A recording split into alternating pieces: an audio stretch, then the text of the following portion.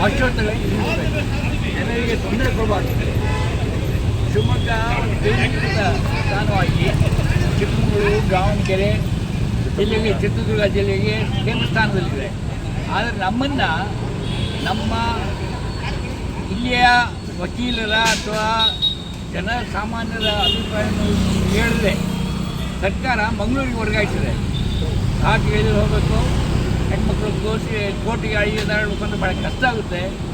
ಎಲ್ಲ ಸಂಘಟನೆಗಳು ಸೇರಿ, ವಕೀಲರ ಸಂಘಗಳು ಎಲ್ಲ ಸಂಘಟನೆಗಳು ಸೇರಿ ನಮ್ಮ ಎಲ್ಲರ ಹಕ್ಕೊತ್ತಾಯ ಏನಂದರೆ ಶಿವಮೊಗ್ಗಕ್ಕೆ ಹೈಕೋರ್ಟ್ ಪೀಠವನ್ನು ನೀಡಿ, ಇಲ್ಲಾಂದರೆ ಅದು ಆಗದೇ ಇದ್ದರೆ ಅಟ್ಲೀಸ್ಟ್ ಬೆಂಗಳೂರಿಗಾದರೆ ನಮ್ಮನ್ನು ಸೇರಿಸ್ಕೊಳ್ಳಿ, ನಮ್ಮನ್ನು ಮಂಗಳೂರಿಗೆ ಸೇರಿಸಬೇಡಿ ಅಂತ ಒಕ್ಕನ್ನು ಅವನು ಹೇಳಿ ನಾನು ಮಾತನ್ನು ಮುಗಿಸ್ತೇನೆ. ನಾನು ಜಮಾತ್ ಇಸ್ಲಾಮಿ ಸಂಘಟನೆಯ ಸದಸ್ಯನಾಗಿ ಮಾತಾಡ್ತಾ ಇದ್ದೀನಿ. ನಮ್ಮ ಸಂಘಟನೆ ಸಹ ಈ ಕಾರ್ಯಕ್ರಮಕ್ಕೆ ಆಶ್ವಾಸನೆ ನೀಡ್ತಾ ಇದೆ ಮತ್ತು ಸಪೋರ್ಟ್ ಮಾಡ್ತಾ ಇದೆ ಅಂತ ಹೇಳ್ತಾ ಇರ್ತೇನೆ.